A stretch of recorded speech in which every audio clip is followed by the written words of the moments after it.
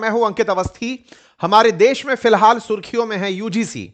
जातिगत श्रेष्ठता का जिनमें भाव है वो अपने से निम्नतर जाति के लोगों के साथ भेदभाव करते हैं, लेकिन यूजीसी ने इसे बिल्कुल ब्लैक एंड व्हाइट करते हुए चार भागों में एससी एसटी ओबीसी और जनरल, इन चार भागों में समझा।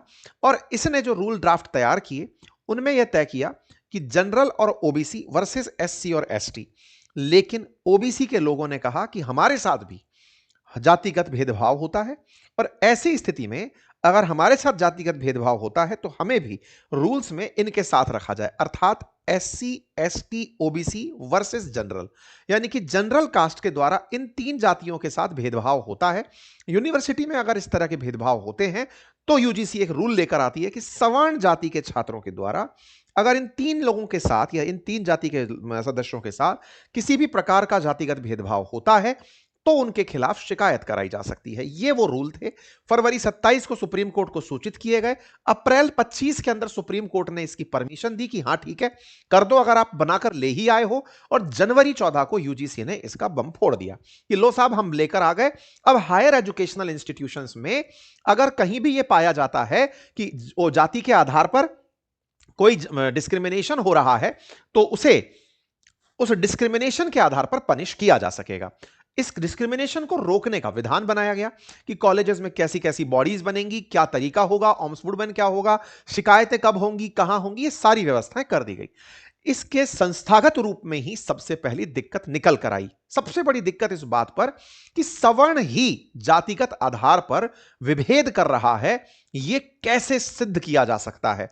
यूजीसी के पास ऐसा कौन सा लिटमस पेपर है जिससे वो यह जांच पा रहा है कि जनरल कास्ट के बच्चे ने ही ओबीसी एससी एसटी के साथ भेदभाव किया है।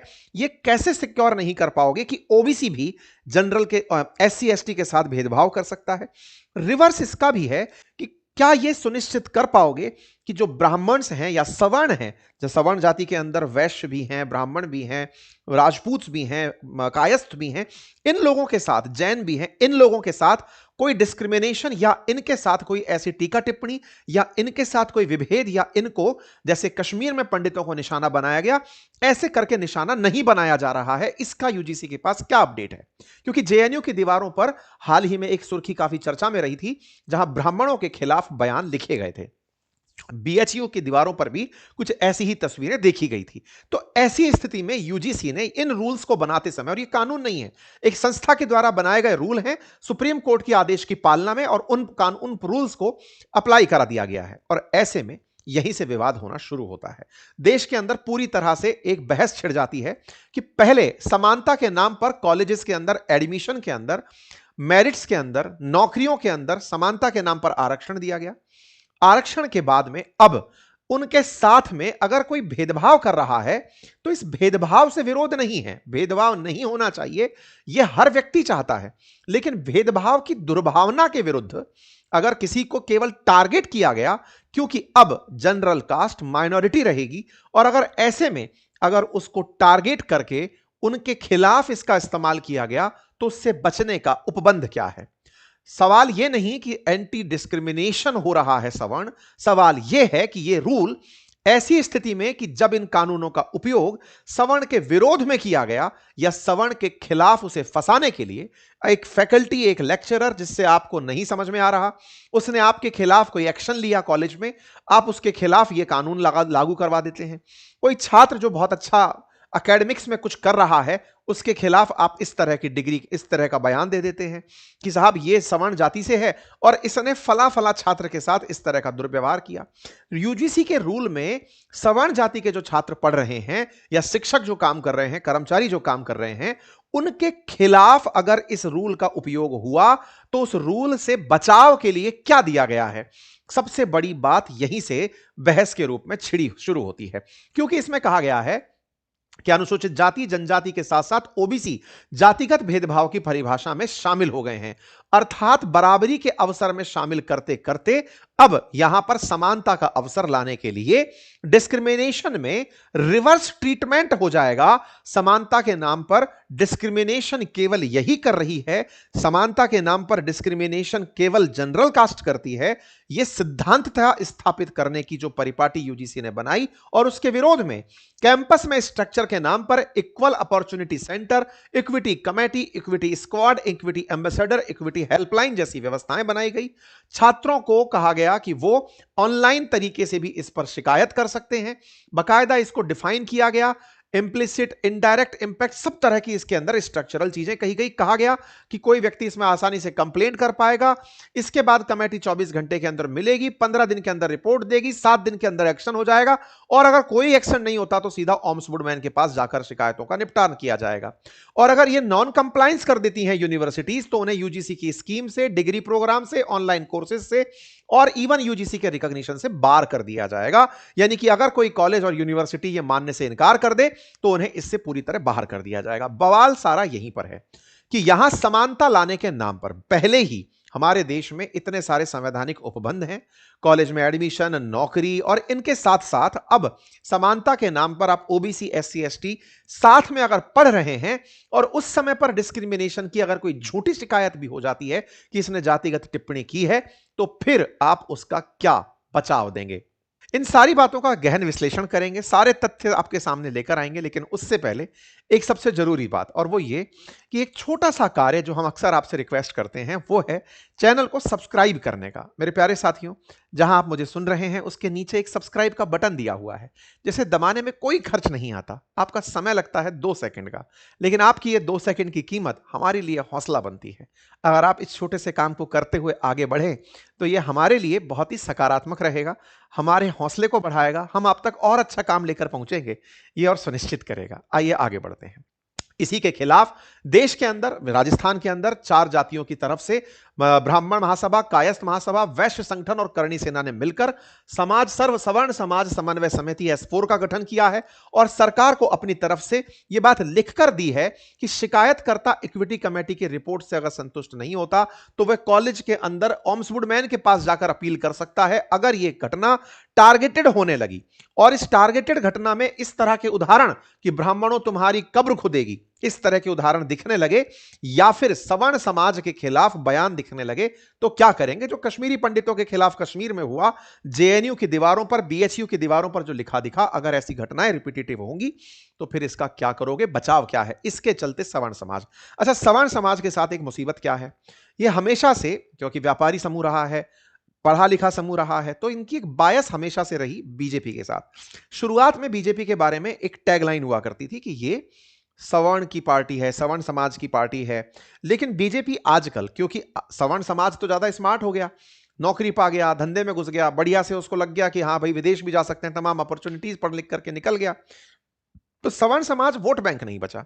बीजेपी को लगा कि सवर्ण के साथ लेकर के कौन सा चुनाव जीता जा सकता है, जातिगत राजनीति में ना घुसा जाए तब तक कैसे फायदा होगा। बस यही बात यहां पर अब लोग प्रतिक्रिया में दे रहे हैं कि आप अगर भाजपा को ये ग्रांटेड लेकर चल रहे हैं कि ये हमारा ग्रांटेड वोटर है सवर्ण समाज, और आप उसके वोट को काउंट, वैसे ये सवर्ण समाज को भी खुद से सोचने वाला प्रश्न है कि कहीं ये इस वजह से तो नहीं कि आपके वोट का असर कम हो गया हो।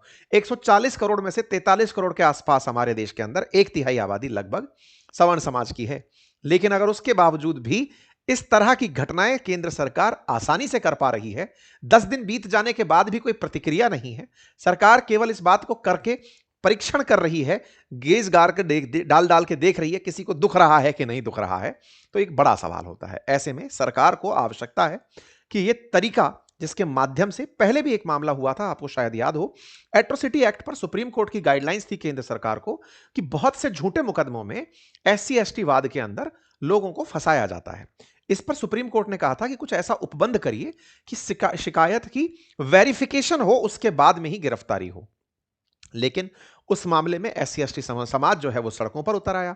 सरकार दबाव में आई और दबाव में आकर के पुरानी वाली ही जो लाइनें थी वो लागू कर दी गई कि SC ST अगर झूठे मुकदमे भी लगाते हैं तो फिर गिरफ्तारी तय की जानी चाहिए।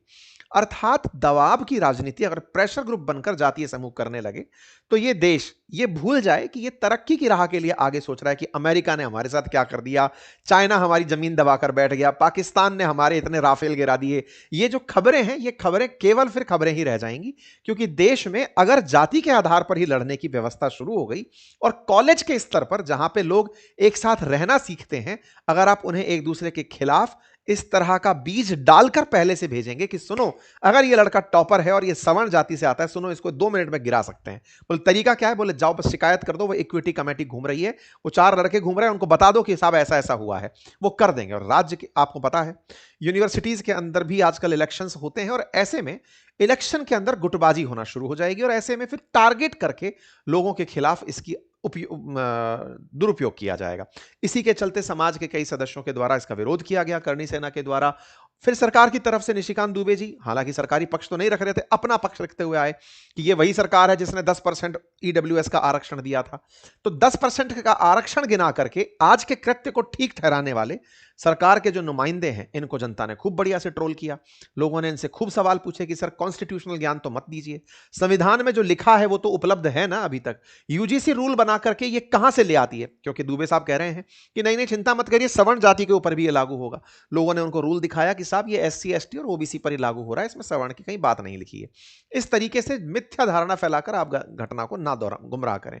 कुल मिलाकर सरकार के ऊपर इस समय ये विचारने का समय आ गया है कि सरकार विचार करे कि इस तरह की तथ्यात्मक त्रुटियां हैं या फिर ये जानबूझकर किए गए प्रयास हैं ताकि समाज में विभाजन हो और ज्यादा अच्छे से केंद्र सरकार हितैषी दिखे, सवर्ण विरोधी दिखे।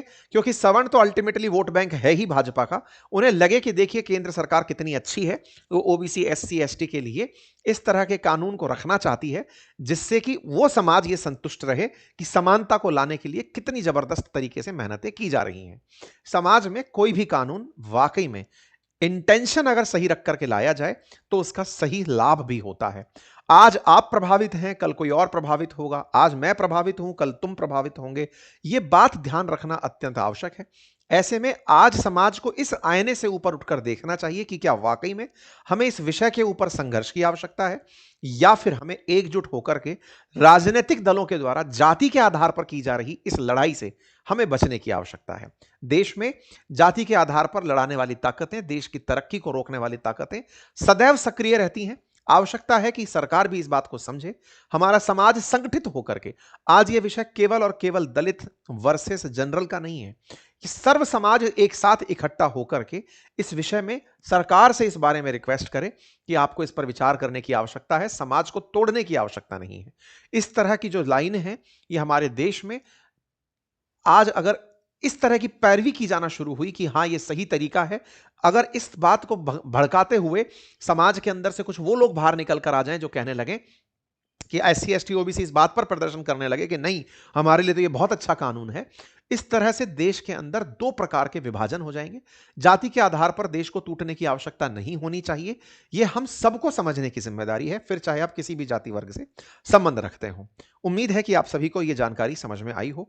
आज हमने आप लोगों के सामने अपनी एक किताब के बारे में जिक्र किया था। अगर आप लोग चाहें तो उस किताब को देख सकते हैं। मैंने सुबह वाली सेशन में तो बताया था, आप देख सकते हैं। हमारी मैपिंग की किताब आ चुकी है अपनी पाठशाला एप्लीकेशन पर, आप उसे अवश्य चेक कर सकते हैं। बहुत बहुत धन्यवाद।